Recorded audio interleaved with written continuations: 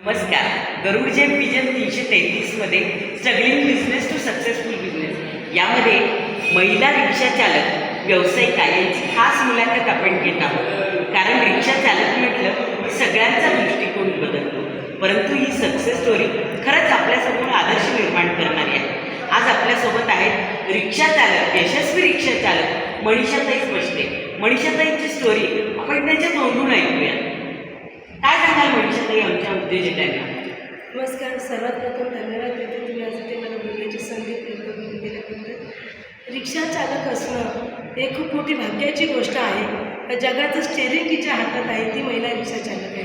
घर तर प्रत्येक महिला चालवतच असते, पण रस्त्यावर जेव्हा गाडी आपण घेऊन चालवतो, ट्रॅफिकमधून रस्ता आपण काढतो आणि आपल्या पॅसेंजरला सुखरूप त्याच्या वेळेपर्यंत कमीत कमी वेळामध्ये, कमीत कमी मीटरमध्ये आणि सुरक्षितरित्या पोचवणं हे ह्या क्षेत्राचं सगळ्यात मोठं कार्य आहे.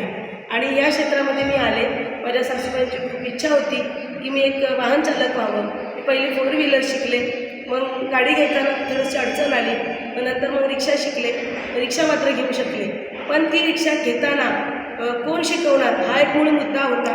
कारण माझ्या घरी पुरुषप्रधान संस्कृती असल्यामुळे पुरुषांकडनं रिक्षा शिकू नये हा आमचा कटिबद्ध होते. समाजाच्या काही रूढी आहेत, त्याचाही काहींना त्रास झाला. मग त्यामुळे मला रिक्षा शिकवताना आमच्या चित्रा शेळकेताई त्यांनी खूप मोठं मुलाचं सहकार्य केलेलं आहे.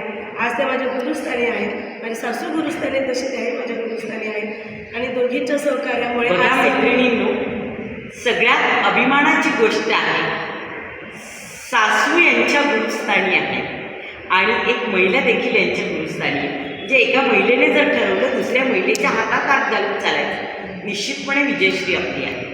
ते अजून काय सांगाल आपल्या प्रवासाबद्दल? रिक्षा घेताना मला खूप त्रास झाला. परमिट मुदत माझी संपून गेली होती, तरीसुद्धा इरादा पत्राची. तर त्याच्यानंतर माझ्या मिस्टरांचा पूर्ण विरोध होता. पण माझ्या सासूबाईंचे खरंच खूप पाठिंबा फार महत्त्वाचा असतो. कोणतीही महिला कुठेच्या क्षेत्राचं कार्यरत होणार असेल, पुरुषी क्षेत्रामध्ये, तर सगळ्यात प्रथम पाठिंबा घरातून फार महत्त्वाचा असतो. तो पाठिंबा मला मिस्टरांकडनं फारसा कमी मिळाला आणि त्याच्या खरं तर त्या जिद्दीमुळे मी उभी राहिली. जर सहजासहजी मला परमिशन मिळाली असती तर त्या क्षेत्राचं इतकं महत्त्व आज मला लाभलं नसतं. आज मी त्या क्षेत्रात यशस्वी कार्यरत झाले नसते. आज समाजामध्ये आपण जेव्हा बघतो की एखाद्या व्यक्तीला, एखाद्या महिलेला सहज काहीतरी मिळतं तर त्याचं मोल इतकं फारसं राहत नाही, पण जेव्हा ती कष्टातून उभी राहते, हिमतीने उभी राहते, त्यावेळेला तिचं मोल फार ठरलं जातं. याचं सगळ्यात मोठं उदाहरण म्हणजे माझ्या मिस्टरांचा विरोध हे मी सांगू शकते.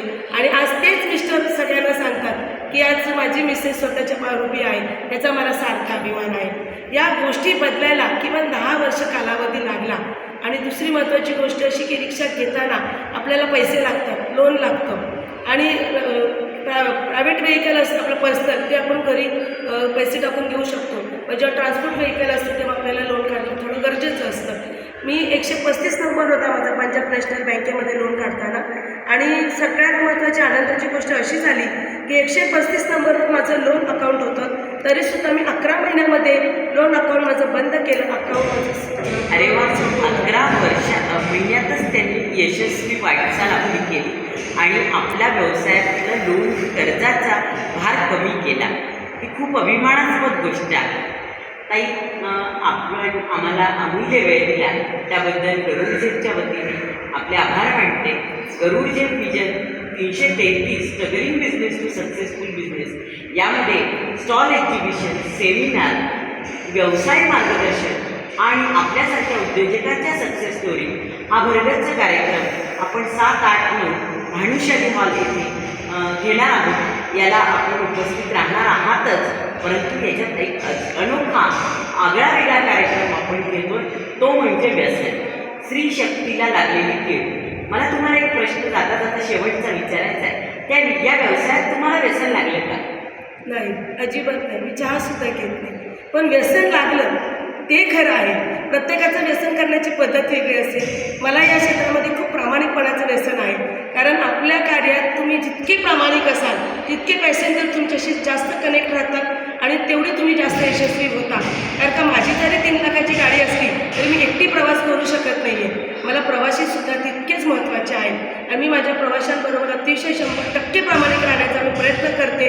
कमी वेळात, कमी मीटरमध्ये, पॅसेंजरला कमीत कमी वेळामध्ये त्यांच्या सुरक्षित सुरक्षित ठिकाणी पोहोचवण्याची ही माझी जबाबदारी आहे आणि ती आत्तापर्यंत मी पूर्णपणे नेटाने पार पाडण्याचा पूर्ण प्रयत्न करत आहे. खूप सुंदर व्यसन ताईला आहे आणि व्यसनमुक्ती हे अभियान स्त्री शक्तीला जे व्यसन लागलेले आहेत आणि आपलं तरुण पिढी महिला तरुण पिढी धोक्यात येताना दिसते, त्यावर काम करण्याचा निर्णय गरुड झेपने घेतलेला आहे आणि गरुड झेप आणि साहित्य व्यसनमुक्ती केंद्र यांच्या वतीनं व्यसनमुक्ती अभियान देखील आपण सुरू करणार आहोत.